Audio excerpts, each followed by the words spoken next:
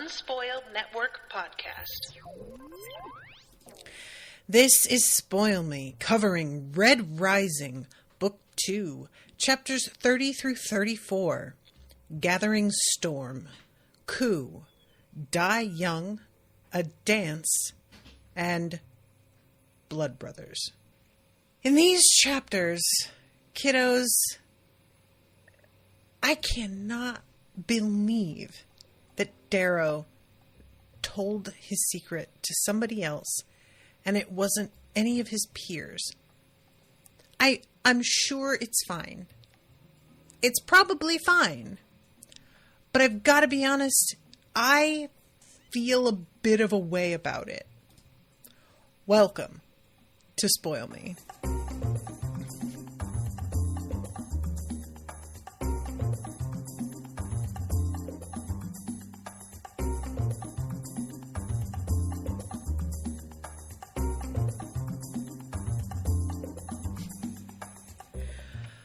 Welcome to the show, everyone. I am Natasha.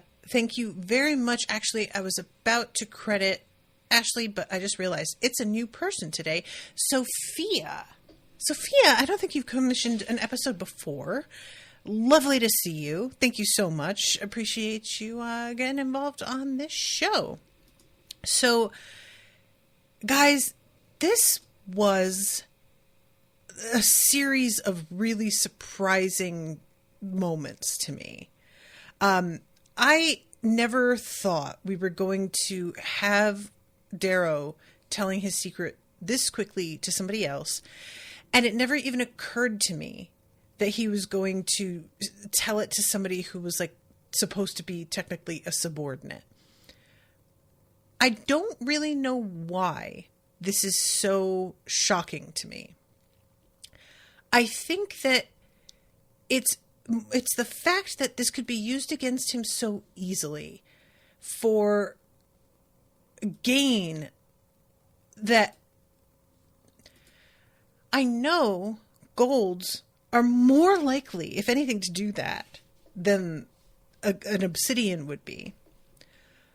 But I think that I fail to really understand the mentality of obsidians.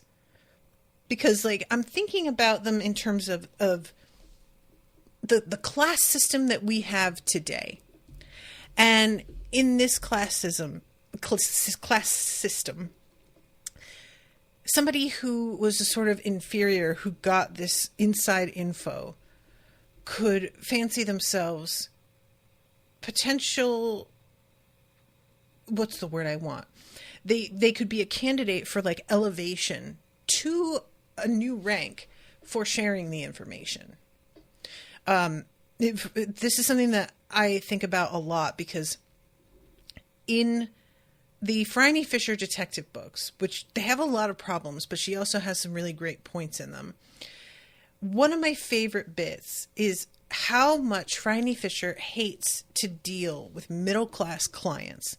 She herself is titled. And at first, when she says this, her assistant takes this as classism. I don't want to deal with middle-class people. They are not up to my level. I shouldn't even have to. But when her assistant makes a comment like that, she's like, hold on, that's not what it is. The issue is people who are middle class, of a certain type of middle class, are so eager, so hungry to be upper class that they will stab each other in the back in a way that people of a higher class don't feel the need to do. Not to say that they're loyal to each other, but there is a security in already having that means they have some decorum. Whereas people of the middle class, especially dealing with me, someone who is titled, I know when I go to their house, they're going to be putting on airs. They're going to be kissing my ass in a way that I find really unlikable. It's supposed to be flattering, but instead it comes across as sort of pitiful. I don't like dealing with them because of the grasping nature of that type of social climber. And so I have that in my head, and like, that's just, the Obsidians clearly do not work that way. The conversation that he has with him, it's so obvious that I do not understand the way they think, but it's difficult to like wrap my head around and think that this is a safe thing to do. Do you know what I'm saying? So anyway, okay, let's back it up. Let's start with chapter 30. So he is on the command deck and he is talking to Orion, the blue, if I'm not mistaken, that he had promoted, the blue who is of a different background than a lot of them. Kavax and Daxo approach from behind. I turn to them and gesture out the repaired window to the 10 ships of Kellen Abelona. Thank you for the presents, I say. Your plan, your spoils, Kavax declares. With us taking a percentage, naturally, Daxo adds, smooth as ever, raising his swirling golden eyebrows. 50% finder's fee. I glance at him with amusement. Well, 30%, because Pax liked you. 10%, Kavax booms. I cock my head. You're a poor negotiator, Preeter. He shrugs amiably and points in joy to jellybeans on the ground. He tosses Sophocles down, encouraging him to vanquish them all. That is what I am now going to be saying when I have my snackies. I am settling down to vanquish these cookies. That's what is happening. I am valorous. Okay, everybody, respect this. But anyway, so Daxo then like, all right, 20%, 20%. And he's like, no, I'm going to give you 30%. Kavax, 3 ships, what a haggle, what a haggle. I just love him so much. If anything happens to Kavax, I'm going to be really, really bummed. Like, I know I shouldn't love him. I shouldn't love the Golds in general. Like, they just, you know? But that's like part of the issue at play here, is that they're likable, a lot of them. A lot of them are not. And the system itself is rotten to the core. But, you know, we're running into this also in the Hunger Games that I'm covering with Rashawn. There are people from the Capitol that she can't help but like, even though they're complicit in everything. So it's hard to know how to feel about that, but you feel how you feel. So let's see. Oh, here it is. So the leader of his boarding party was killed. So were the lieutenants. Lots of heads smashed. They ran into some of Kellen's friends, Kavax says dourly. I don't have any more, my little prince, is what he says to his little fox. Ragnar looks at the ground again as if expecting a reprimand. Oh, that's right, because Ragnar comes to report. There was a squad of peerless, 6 Bologna blade dancers, real noble boys, carved up all our golds and most of the obsidians. The stained there collected the surviving greys and a few obsidians and managed to get the ship. Any of these blade dancers survive? No. Ragnar looks at the ground again as if expecting a reprimand. And at this point, Darrow says, well done, my goodman. And Kavax and Daxo are like, looking at each other like, he's saying goodman to an obsidian, to a stain? That's weird.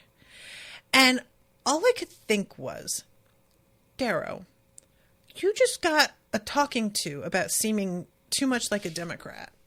And you're out here getting familiar with lower colors. I don't think you need to be this open about it. I'm just worried about the impression this gives. I get it, of course, like where he's coming from, but it just feels like spitting in Augustus' face. And I don't know that he can afford to do that yet. I don't know. And then, of course, he kind of goes further down the road on this. And he says, do you think Ragnar could lead without a gold in the mix at all? And Daxo's like, why would you even do that? And he says, well, there are places golds can't go. And Cavax is like, what? No, there really aren't. And Darrow realizes at this point, he's pushed it a little bit, and they are not comfortable with it. And he just is like, yeah, you're probably right. I was just thinking about it like out loud. But when the two of them leave, Orion is like, ooh, stepped on some toes a little bit there, didn't you? And he's like, what do you mean? You're weirdly observant. And she's like, yeah, I know how the world works. I'm not just dialed into my own little frequency. It comes from working the docks, Dominus. When you're at the bottom, you have to notice everything. Father was a docker, born outside the sects, died when I was small. A young girl has to be on her toes if she wants to grow big in the hive dock cities. It's the only way to beat the monsters. It's not the only way, I say. No? She asks, surprised. You can always become a monster, too.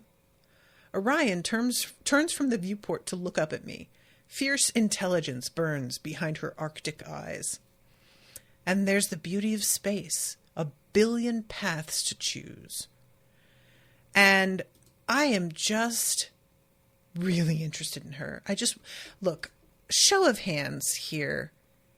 I know it's just because she's literally a blue. But who out there is picturing the chick from Guardians of the Galaxy, played by the one who is in Doctor Who? You know the one I mean. I can't not picture her with Orion. That's who I'm seeing in my head. Just an automatic thing. And, I'm sure that I don't feel like it's even mentioned that she's like bald, but she's certainly bald in my mind. That's who I'm picturing. So the attitude is just dead on for her. The feel of her, it just, having this little bit of like acidity, even though she is apparently emotionless, but there's a weird playfulness to her. I don't know. That's just who I see. So, Ashley is in the chat saying yes. I can't remember that character's name. No, I want to say Nova, but that's not correct. It starts with an N, I thought, but all right. So chapter 31. Start off with Virginia saying father is captured. Was not expecting this at all. The reason I wasn't expecting this is because if there were a capture, I would have expected us to see it. I would have thought this would happen when Darrow is there to give us an account of it. And I do kind of enjoy it happening off screen, even though there's a part of me that wished I got to see it. So she says, Pliny has begun a coup. He arrested my brother. My aunt is dead, and her children murdered, along with 6 of our praetors. More than 20 of my father's bannermen have sworn new oaths of fealty, and we've lost control of the fleet. Nebula. Oh, thank you, Cassie. Oh my God. And it knew it was an N. And honestly, like Orion, Nebula. I mean, look, I'm kind of thinking maybe that's who the author was seeing also. So she reports this. And what does Darrow do first? He asks if she's injured. Darrow, my good man, I'm going to need you to stop it with this. Okay? She doesn't need you nursing her. She's a grown woman who came to tell you a thing. You don't fuss. Would you do this with a dude? You would not. You just wouldn't. Admit it. That is not the first thing that you would ask. I know that you care about her, but you're also a sexist. And just the fact that you're aware of the sexism and you aren't as bad as others doesn't mean you're not doing it. Chill.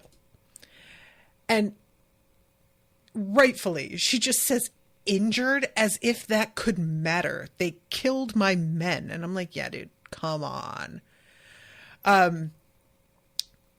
10,000 men dead. They didn't have to do it. They had enough guns on us that we could do nothing but surrender. It was merciless. And they're guessing that it's Carnus and Pliny, and that they were led straight to the operation. And then we find out Pliny came to her and offered to set aside his wife and marry her. I absolutely cannot. You guys, the audacity. Oh my God. Like, all I can picture in this moment is when Jafar is like leering at Princess Jasmine. You know, like just that sort of energy. It's just, oh my God. Cassie says, "Oh, look at you go, you're speaking high color." I do enjoy my Goodman as just like, because it's weird. The way it's used in this world is it can be used sincerely as just like, hey, that's my bro over there. But then it can also be like, bro, like, you fucking moron, you know? So I kind of like the versatility there. But yeah, the fact that he did this. And Victor's like, so what'd you say? And she's like, well, he said he has always had his eye on me. And I was like, you really left me an opening there, guy. So I left him an opening in his head. There was an eye there before. There isn't now. And she just takes it out of her pocket and drops it on the floor. And later on, Severo is like, hey, can I keep this? And I was like, Severo, you fucking ghoul. What is the matter with you? I'm so sorry, but maybe you deserve the title Goblin. That's all I'm saying, man. What are you... What? Oh my God. Blech. It's gonna like start to dry out. Like, what are you gonna do with it? Are you gonna stick it in your socket because he's missing an eye? You're gonna just take it? I don't think that's how that works, my guy. Anyway, so he then asks, so what's happened to your brother? And she says, well, he's captured. And I have some other things to tell you in private. And then Lorne steps in.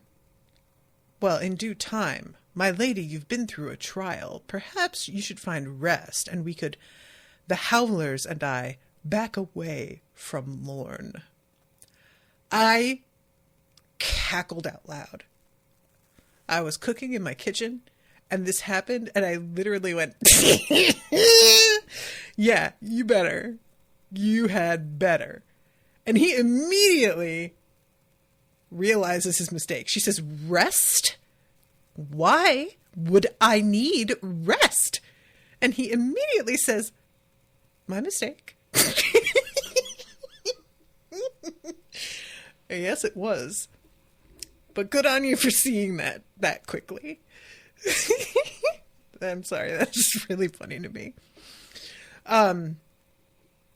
So he calls to Theodora and has her get food for everybody. He doubles the amount when he remembers the Telemonuses, because apparently they are prodigious feeders, as what's-his-face says in Sleepy Hollow, with the dilating capacity of an anaconda. That's one of my favorite phrases.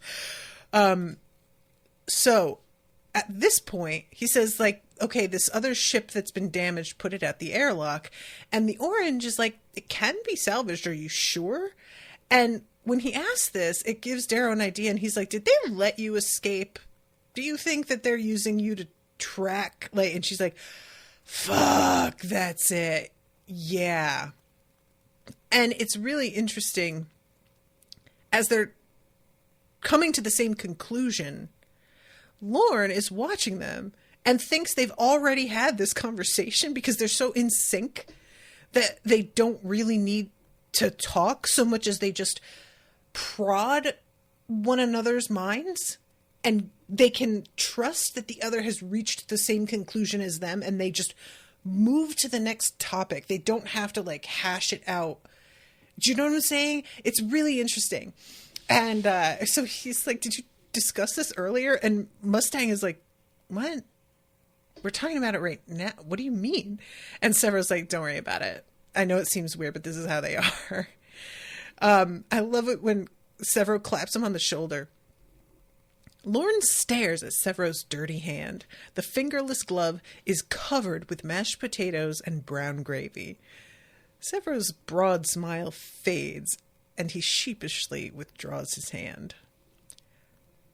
Why is it covered in mashed potatoes and brown gravy, sir? You're just eating with your hands? Again, goblin, I'm sorry. Are you, like, going out of your way to earn this? It feels like you are. Just saying. So yeah, he's like, put it out of the airlock. Do it, because that thing has got to have a tracker on it, unless anybody thinks there's a better thing that we could do. And it's clear the orange has an idea, but he's like afraid to, because I think that there's like a sense of, if I tell you my idea and it's too smart, you might be offended that I outwitted you somehow. Do you know what I'm saying? Because this is a thing. People can be like threatened, and they have to prod him. And he says, well, okay, I can put it out of the airlock, or I could find the scanners. And if they did this, we could find them, and then I could put them in a long range scout and get them on a little wild goose chase there. And Darrow's like, what's your name? Where are you from? What's going on? And he starts to tell him, and immediately he's like, okay, if you do this right, we're going to bring your family to Mars, and we're putting them on Citadel staff. So you got 10 minutes, go take care of this. And he's just like, fucking all right. Apparently, that's like a plum position. He's very excited. I hope he gets it. I lead Mustang and my coterie to the lifts. Pliny said he killed you, she whispers as we walk.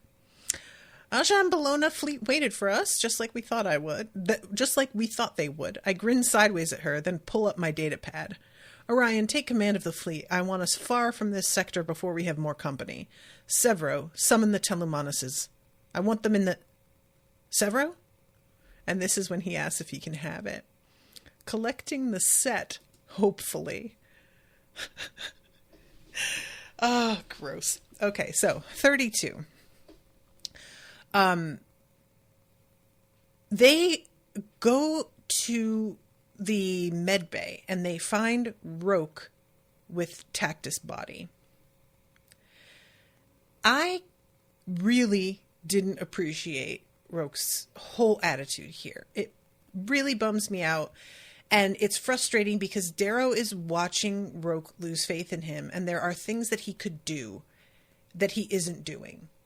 And he's sort of treating it like, I just don't have time to deal with it. And I can't help but feel like, sir, you had better make time, or this is going to bite you in the ass in a really, really bad way.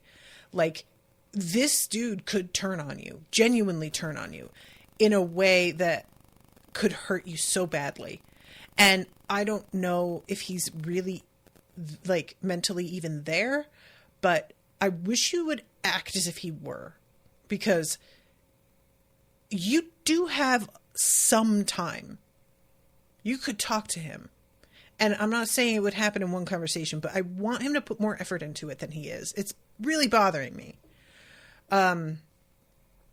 So anyway, she asks Roke, how are you? And he just says, better than Tactus. He glances at me. I wager he'd say more if I weren't here. And she explains about the coup and everything. And he's like, wow, I never thought Pliny would go that fucking far. We're meeting in 10 to discuss plans, I say. Roke ignores me. I'm sorry about your father and brother, Virginia. They're still alive, I hope. She looks to Tactus and her face quiets. I'm sorry about Tactus. He went as he lived, Roke says. Only wish he could have lived longer. You think he would have changed? He was always our friend. It was our responsibility to help him try, even if it was like hugging a flame. He looks at me momentarily. You know I didn't want him to die, I say. I wanted him to come back with us. Just as you wanted Asia? Roke says, snorting at my expression. I told you why I did that. Naturally. She kills our friend. She kills Quinn. But we let her walk away for the grander scheme. Everything costs something, Darrow. Perhaps you'll soon tired of making your friends pay. Darrow,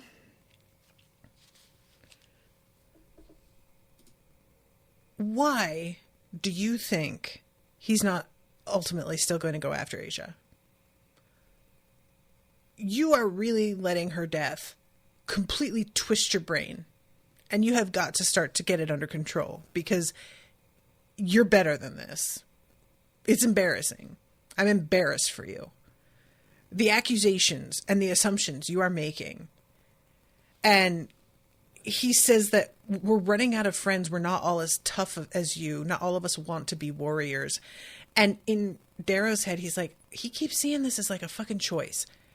He had the most pampered lifestyle and had things offered to him for him to choose. And he thinks everybody had that, and they fucking didn't, and he doesn't get it. And then he tells Darrow that Tactus didn't sell the violin. He put it up for auction, and then he regretted it, and before it actually went, he canceled it and took it back. And started practicing in private, because he wanted to surprise Darrow with a sonata. You guys, when I tell you that I got, like, choked up over this. And of course, this is, like, Roke throwing this in Darrow's face to make him feel bad. And that's what's so frustrating, because this could be a beautiful thing about how actually Darrow was right to give Roke another chance, and Roke's like, or not Roke, to give Tactus another chance, and that he saw something in him. And look, here's evidence that you were right about him. But instead, it's just being used to hurt Darrow. And Roke doesn't seem to really step back and think about the fact that Darrow is on the same page as you, dude. Why are you behaving as if he was like, he's standing in front of you arguing with you that Tactus deserved to die? He has not said that. He's done the opposite. And you're like arguing with nobody. What is up? Stop it. So he leaves. Mustang says you have to fix that before you've lost him. And Darrow says, I know, soon as I fix 100 other things. And I was like, I don't know, man. I feel like you got to put it at the top of the list. I really do. But, and I maintain, it might be telling him everything that solves it. I don't know. I genuinely do not. Okay, so they have the war room. The meeting here. Here, let's see. Mustang is like, my father nearly cut his way free. He killed the Hearth Knight. Then he ran into some of our old friends. And we see in the hollow of the fight, this dude appears in a sun-crested helm. And the other one is Fitchner. And they take down the Stained, and then they take Augustus.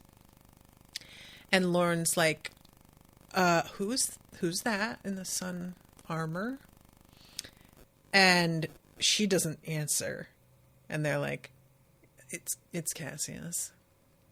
They must have given him a new arm. Mustang continues. Julii ships were also there. They finished my father's forces off. So, we get into a thing where everybody starts to debate whether or not Victra should be here. Being a Julii, she is seen as an enemy, despite her actions. The fact that she has been in danger, serious life-threatening danger multiple times, and has never bailed. But it's a weird, like, the way that this is being framed. She's trying to say, my mother isn't political. She just cares about money. That's why she's doing this. And Mustang says, oh, so she doesn't care about loyalty. Okay, that's interesting. Agrippina's a wicked bitch, Kavax grumbles. Always has been. Careful, large one, Victra warns. She's still my mother. Kavax crosses his burly arms. Apologies. That she is your mother. Kavax. Sir, come on. So, at this point, Darrow is like, I trust Victra for the same reason that I trust you guys. For friendship. And Mustang's like, get the fuck out of here. Julii, I don't think so. And Victra's like, oh, you're intimidated by me. I have a decade on you. And one day you'll look back at yourself and laugh. And be like, was I really that foolish? Which is true. That's just true. She's right. And Mustang says, I don't trust you because I don't know you. All I know is your mother's reputation is not apolitical. She's a schemer and a briber, and my father knew it, and I know it, and you know it. And she's like, yeah, she is a schemer. But, like, again, for money. And I'm not a fucking liar. I've never told a lie, and I never will, unlike some people. And it says the arch of her eyebrows makes it quite clear what she means. I'm assuming that this is a reference to Mustang being with Cassius. Correct me if I'm wrong. It felt... that's what I was taking it, but I'm not positive of that. I felt a little bit like, it's obvious what she means. I hope everybody else agrees with you, because I'm not sure. So here says Daxos says bad apples spawn bad seeds, Darrow. Put your feelings aside on this one. She doesn't need to be mistreated, but don't keep her in this fucking conversation. And Lorne, meanwhile, off to the side, is like, Jesus Christ, this fucking bickering and infighting already. I cannot believe you dragged me into this bullshit. So, finally, Lorne is like, look, I would listen to them.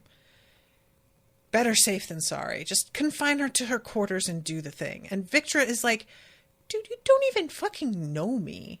I was with Darrow before you. And he's like, yeah, and? So? I have scars. I taught him. And she says, yeah, the scars fighting for the sovereign? Why isn't your fucking allegiance being questioned here? And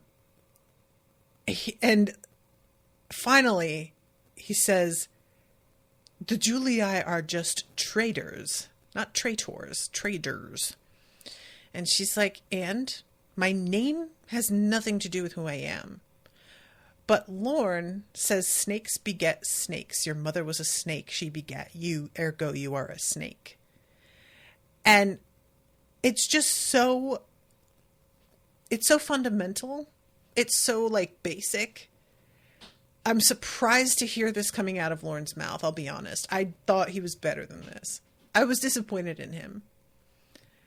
I love when Severus says we could ransom her, and she calls him a sinister little shit. Oh, God. So at this point, Roke chimes in and is like, look, y'all are talking about, like, who her family is, but you know my family is full of shit. Like, my mom takes bribes, she's a senator, and she does all kinds of shady shit. My paternal grandfather poisoned his own nephew over a violet starlet a quarter his age, who ended up stabbing him and blinding herself when she discovered he killed the nephew, her lover. Amazing. Horrifying, but wow. But that's nothing next to my great-great-uncle who fed servants to lampreys because he read Emperor Tiberius pioneered the strange passion. Yet Here I am, spawn of all that sin, and I wager no one here questions my loyalty, so why do you doubt Victra's? And points out all of the opportunities that she has had to sell them up the river to bail, and she hasn't. And she is giving Roke a look at this point. And it's just like, well, thank you. And wow, just kind of noticing you a little bit here. And he goes on to say, like, you disgust me. It makes me sad to be among you bickerers. So if another man or woman questions her loyalty, I will lose my faith in this fellowship and I will leave. I mean, he's really putting his fucking foot down. And she says, ultimately, what all of you think doesn't matter anyway. All it is what Darrow thinks. And I love how when we go into Darrow's head, he's thinking, in truth, I was not thinking about Victra, but about Tactus and wondering how easily he could tell I kept him at arm's length. When I showed him love at first, and he rejected the violin, I grew embarrassed and hurt, so I pulled back. Better if I had been true to how I felt and stayed the course. His walls would have broken, he never would have left, he could still be here. I'll not make the same mistake again, least of all to Victra. I reached out to her in the hall, and I will do so in this company. Okay, Darrow, but where is that energy for Roke, though? That's all I'm saying.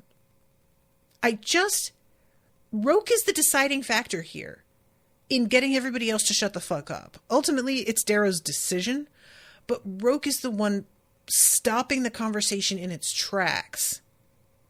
You need him more than you seem to realize. And I really have got to have you talking to him soon or I'm going to be frustrated. You've got to deal with this dude. You know, like... So, he says, if I cannot trust friends, what's the point in breathing? And he looks at her. It says her eyes say 1,000 things, and the jackal's words come back to me as he lays burned on his bed from the bomb. Victra loves me. Could it really be so simple? And I actually think it isn't that simple. I think she admires him deeply, but I'm not sure it's... Do you know what I mean? I don't know if it is that simple. That's all I'm saying. And he thinks that he doesn't know he could ever love her, that she would always kind of be like this, and that she's too much like Io, which is interesting. I don't know. I thought that her being like Io would make him love her, but he's saying, I think he's kind of like her being too much like Io. He got hurt. You know, Io killed his heart, and he just can't do that again, I think is what he's saying to himself. So Mustang, she notices something between the two of them, and I think that's part of why she visits him later. So he goes and sleeps, and she shows up at his door. At first, he doesn't want to let her in, but she basically demands it. And evidently, Ragnar tried to stop her, and she's just like giving him the finger as she, strolls inside. And the conversation that they have here, it's a lot of like jibes and teasing, but there's a real sense of tension to the whole thing. And she mentioned something about robots. And apparently her father was like afraid of them. That he used to swear that they were like capable of laying waste to all mankind. And that if like things didn't go the way they had historically, maybe the human race would be extinct as we know it. He detested them. I snort out a laugh. What? She asks. I snicker quietly. I'm trying to imagine the great Archgovernor Augustus having nightmares of robots. A louder bout of laughter seizes me. Does he suppose they'd want more oil, more vacation time? Mustang watches me, amused. Are you all right? I'm fine. Is he afraid of aliens, too?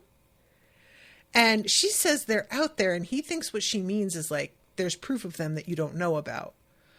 But she describes this fucking equation to try and like explain the likelihood of them existing, and he completely spaces out. So let's see. She starts to talk about the training room, the apartment itself. She's sort of wandering around things and surprised at how big the place is. And there is this, like carving on the wall, and she's pointing out each of the people in it and the role that they play in different historical events. And she says, do you even know the history of the things you try to break? And he kind of comes back at her with some factoids and just like, yeah, I do know the history, actually. I've studied just as much as you have. And she's like, yeah, but you're not like part of it.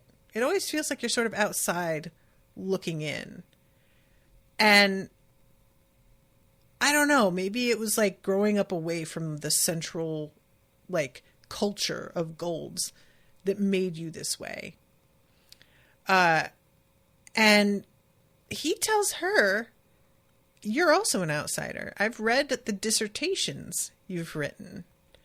And reminds her that he managed to like pass that test with only one incorrect answer, which I really would like to know what that wrong answer was. I can't remember if it's mentioned to us or not. I love when she says, ew, you missed a question. And she says, he says, how did Pax get into Minerva? I've always wondered. He wasn't really a scholar. And she's like, yeah, and how did Roke end up in Mars? Like, we all have things that people don't really see. And she says wisdom is found in the heart, not in the head. I was lucky to be near them, though maybe if I hadn't been, Pax wouldn't have been so loyal. Maybe he wouldn't have asked to be in Minerva. Maybe he'd be alive. So he brings up one of her dissertations. She asks which one he likes the best. And as he starts to speak, she slaps him with the razor. And he's like, what the fuck? And she says, I was just making sure you're paying attention. And he's like, why? And she's just like, I don't know. Maybe I just wanted to hit you. And she goes again. And she keeps coming at him. And he's trying to dodge. But she also wants him to like keep talking about the dissertation while he's like fighting her, basically. And she says, when you're on your heels, you're a liar. On your toes, you spit truths. So spit. And he says, I liked it because you said specialization made us limited, like insects. And when he says this, and she stops, he realizes, oh boy, I said the wrong thing. And she becomes very accusatory here. And she's like, yeah, see, that's the thing. You're like, oh, we're all more than one thing. But you're not, though. You keep insisting that you're just a warrior. And I'm thinking like, yeah, and Augustus told him to make sure he stayed that way. But she can see that's not it. And she's like, you trust Victra, and you trusted Tactus, and you let an orange give strategic recommendations. You gave command of the ship to a docker. What the fuck? Like, how can you pretend you're a warrior and then not be purely strategic about stuff? And he's like, I can't lie to her because she'll just see right through it. And he doesn't know what to say. And she sees the expression on his face and is like, see, and you get this look and then you don't talk. And I don't know what are you thinking? Are you thinking about Victor? And he's like, no. And then she says, the girl you lost. And I'd forgotten that she sort of knew about this. He still doesn't answer. And finally, she starts to leave. And he runs after her. And she's like, no, you know what? Stop it. You don't get to push me away, not answer my questions, not respond to me, just have these fucking looks in your eyes and dead silence. And then when I try to remove myself, you like grab me and try to keep me here. What the fuck? That's so unfair. Like, I can't just turn myself off. And he's like, well, I don't do that. And she says, well, you shut me out. And you talked about the importance of friends, but you can still cut me out. And I don't get it. And she says, maybe that's why my dad likes you so much, because you're him. And he's like, the fuck I am. And she sort of realizes she's gone too far. And she's like, okay. No, you're not. But if you keep doing what you're doing, you're going to be like him. Ask me to stay. Ask me to stay. And he doesn't. And she's gone. And I just need him to tell her. I just need him to. It was so infuriating after this scene. I really feel like she can handle it. But for him to go and tell Ragnar and not tell her is really annoying. It's very, very annoying. So 34, Blood Brothers.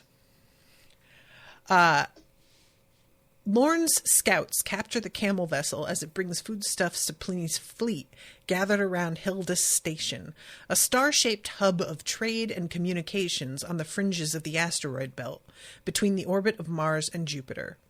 For 15 hours, I hide with Roke, Victra, Sevro, the Howlers, the Telemonuses, Lorne, Mustang, and Ragnar, among boxes and crates of vacuum-sealed proto-fiber meals. Ragnar crushed the first box he sat on, sending meals scattering everywhere, before he left the humid cargo bay for the sub-zero freezer unit, which makes sense. Apparently that's more like his own terrain. And he tries to like talk to Mustang, and she's just like, oh, don't, man, let's just focus on what we're doing. I don't want to be like dealing with this in the midst of it. Just set it aside. We're not kids.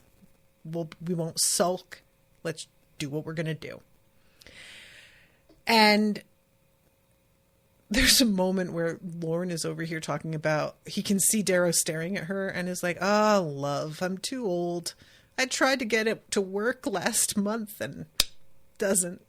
And he's just like, Darrow's just like, dude, okay, I don't need to know this, but he can't help but laugh.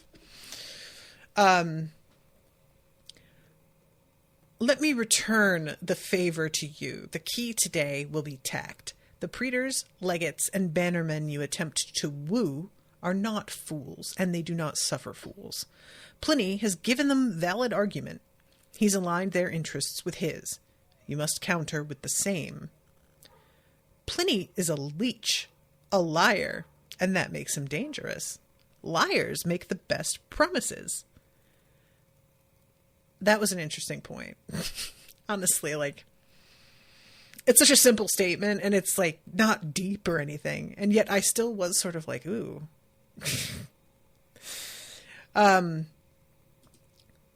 So, and he points out, like, and he also has the backing of the sovereign at this point. So I don't know what you're going to do to counter that. And he mentions Ragnar and is like, that guy is hers, by the way. And he keeps calling Ragnar it. And Darrow won't let him. He keeps reminding him his name, like, and it's not catching. Lorne is continuing with it. I saw it in the Citadel's arena once, scary as some of the creatures that hide in Europa's seas. He might be an obsidian, but he's still a man. Biologically, maybe, but he's bred for one thing. Don't forget that. You treat your own servants kindly. I expect you to treat mine the same. I treat people kindly. pinks, browns, reds are people. Your Ragnar is a weapon. He chose me. Tools don't choose. Have it your way, but know the consequences. You will fall to ruin because you believe that exceptions to the rule make new rules. That an evil man can shed the trappings of wickedness just because you want him to. Men do not change. That is why I killed the Wrath Boy. Learn the lesson now so you don't have to learn it with a knife in your back later. The colors exist for a reason. Reputations exist for a reason. And I love this. Darrow thinks, for the first time, he seems small and old to me. It's not his wrinkles, it's what he says. He is a relic. Thoughts like his belong to the age I am trying to destroy. He can't help what he believes. He's not seen what I've seen. He's not come from where I've been. He grew up in a society where love and trust are as scarce as grass in the Helion waste. But he's always wanted both. He's like a man planting seeds, watching them grow into trees, only for his neighbors to cut them down. And I felt that. And I know all of you have been in this position too. A person that you love and respect says some shit that you're just like, oh boy, okay. I know I'm not going to be able to convince you of anything else. I'm not even going to really try to have this argument. But this has reminded me, you come from a totally different mindset from me. And I believe, things being different, you could do better. But you're tired and you don't want to put in the effort. And it's a bummer. You know, it's a bummer. Anytime somebody that you respect suddenly busts out with something that you do not respect, saying some shit that you're like, wow, I can't believe that fatalist attitude, you know? And he walks away, but first he says, someday you're going to realize killing him was the wrong move. You could have given him a chance to believe that he was a good man. And I really liked that phrasing. It's not about letting him be a good man. He wasn't good because he didn't believe he was good. And what if you let him be forgiven and gave him a chance? I'm interested in whether or not he's right about that. So this is when he goes to talk to Ragnar. He's in this freezer unit with his shirt off. Comfortable as anything. And when Darrow comes in, he says, so I want to know what you mean when you offer me stains. That binds you to me. What does it mean? And he says, obedience. And Darrow's like, unconditional obedience? Would you kill your brother or sister if I asked you to do it? And he's like, well, are you asking me? And he's like, no, it's a hypothetical question. And it turns out he doesn't really get hypotheticals. And he says something that cut me to the core. Why plan? You plan. You decide. I do, or I do not. There is no plan. Mortals who plan die 1,000 times.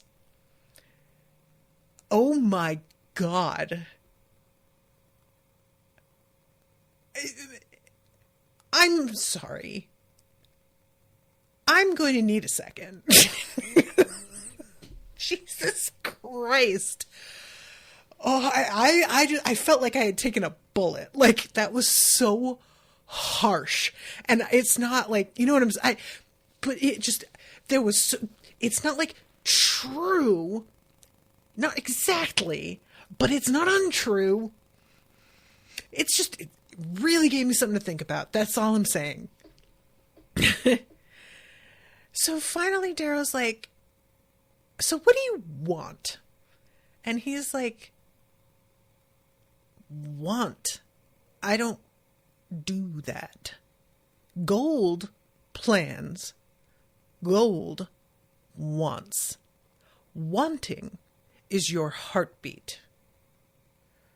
Again. Ouch. Okay? Christ. What is this? I feel like I've had somebody come straight from my fucking throat. Oh my God. It's just the other day. I was sitting next to Owen on the couch, like staring into space, and I was a little bit stoned. And he was like, are you okay? What's up? And I was like, I think I want too much. And I didn't mean like I want too many things. I perform the action of wanting too often. And so to read this, like, not long after having said that, it was a bit much. I didn't appreciate it.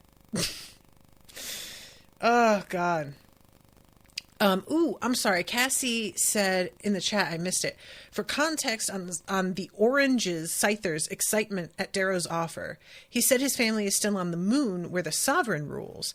So even if they win Mars, he'd be separated from his wife and kids. Darrow's offer would reunite them. Ah, okay, cool. Thank you, Cassie. That is very helpful context. So then Darrow is like, well, you had shackles and I took them off you. So now what? And Ragnar correctly is like, I mean, you took shackles off, but then you're trying to put them back on again with wants. I don't do that. You don't get this?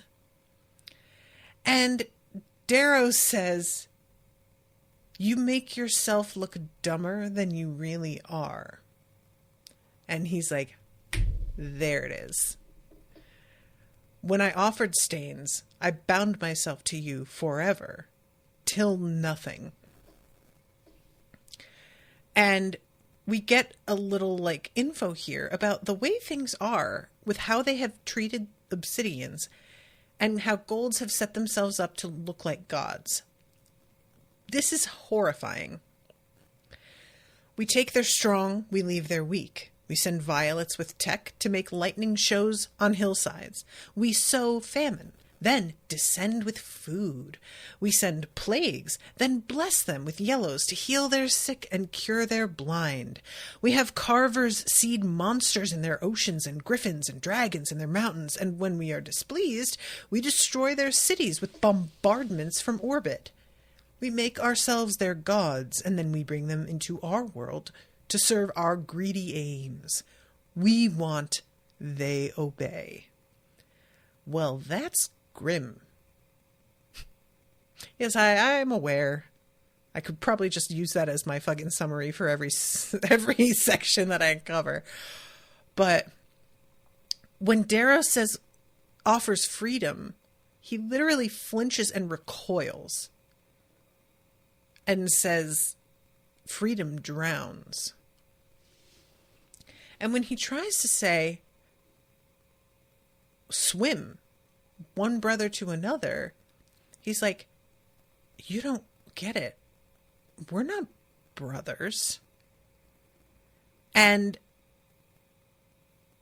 finally, he cuts his hand and he says, we are the same, just trying to show the blood. I will not let you be bound. I will not let you be led. You stay in this icebox till you're man enough to decide what you want. You shoot yourself in the head, you freeze yourself to death, go ahead. But whatever you do, it'll be because you chose to do it. Perhaps you'll choose to follow me, perhaps you'll choose to kill me. Whatever it is you decide, you must decide for yourself. He stares at me, eyes wide with terror. Why? Why do you shame me? In all the worlds, no man would reject a stained. I chose to offer myself, and you spit on me. What have I done? When you offer yourself, you offer your brothers and sisters and people into slavery as well. And Ragnar is like, this is so unfair. We're basically held hostage by you guys. And if we don't do what we're told, you guys kill us. And now you're like blaming me for adhering to that. I have fucking seen this shit before. You're trying to trick me. And he says, I don't serve the golds. Well, of course you don't. You're a fucking gold. And Darrow's like, what if I told you I wasn't a gold? And he's just genuinely like, I don't even know what you're saying to me. So Darrow tells him the whole story. And it's really abbreviated for us because we know all of this. And he says, you have to choose if you'll be my friend and rise with me, or if you're going to go as all who have gone before, never knowing what might have been. I leave after that. I do not swear him to silence. I do not demand an answer. Dancer demanded none from me. I had to make the choice. If I had been forced into service, then I would have given up 1,000 times. Slaves do not have the bravery of free men. That is why golds lie to low reds and make them think they are brave. That is why they lie to obsidians and make them think it is an honor to serve gods. Easier than the truth. Yet it takes only one truth to bring a kingdom of lies crashing down. Ragnar must join me, because red alone will not be enough. And that is the end of 34. Ragnar's joining with him. I have no doubt in my heart. However, telling him the whole secret, that was crazy. I'm not mad at it. I'm not even saying it was the wrong decision. But I just never in a million years thought he would do this quick. It's just such a dangerous move after Augustus's talk with him about looking like a Democrat. It is going to change the vibe between them in such a public way. It's going to get noticed. And it's going to be a problem. It's already like, there's already a vibe between them. And I'm just worried for him. That's all. Anyway. All right, kids, I have to wrap this up, but I thank you all very much for being here, hanging out with me. And I am just really enjoying covering these. Thank you to Sofia for commissioning this so much. And until next time, toodaloo, motherfuckers.